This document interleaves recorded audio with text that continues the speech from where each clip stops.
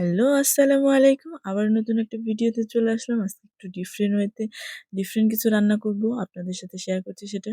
এই তো ১ম এ আমি পালং শাকগুলো ধুয়ে নিয়েছি এবং এরপর প্যানে তেল দিয়ে দিলাম, পেঁয়াজ কুচি দিয়ে দিলাম, মরিচ ফালি দিয়ে দিলাম। এরপর কিছুটা আদা রসুন বাটা দিয়ে দিব। এর সাথে কিছুটা লবণ এবং তারপর কিছুটা পানি দিয়ে দিব। এই তো পেঁয়াজটাকে ভালোভাবে নরম এবং যে মশলার ফ্লেভারটা দূর করার জন্য কিছুক্ষণ কষিয়ে নেব। এরপর সব গুঁড়া মশলাগুলো একে একে অ্যাড করে দিব। যে হলুদের গুঁড়া, মরিচের গুঁড়া, জিরার গুঁড়া দিয়ে দিব। মশলাটাকে ভালোভাবে কষিয়ে নিলে রান্নাটা আমার কাছে ভালো লাগে না। এবং এক্সট্রা একটা মশলার গন্ধ হলে যতই সুন্দর কালারফুল দেখতে লুক হোক না কেন, রান্না কিন্তু ভালো লাগে না। এই তো আমি এরপর পেঁয়াজটা কষিয়ে নেওয়ার পরে আমি গোটা মশলাগুলো দিয়ে দিলাম। এরপর কিছুটা জিরার গুঁড়া দিয়ে দিলাম। আমি তেজপাতাটা আগে দিতে ভুলে গিয়েছি, এরপরে দিয়ে দিলাম।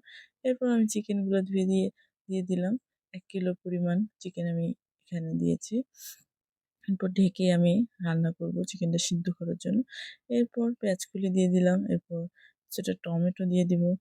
এরপর কিছু গোটা আস্ত রসুন শেষের দিকে দিব, তাহলে টেস্টটা অনেক ভালো লাগে। এরপর দিয়ে দিলাম আসল আকর্ষণ পালং শাক।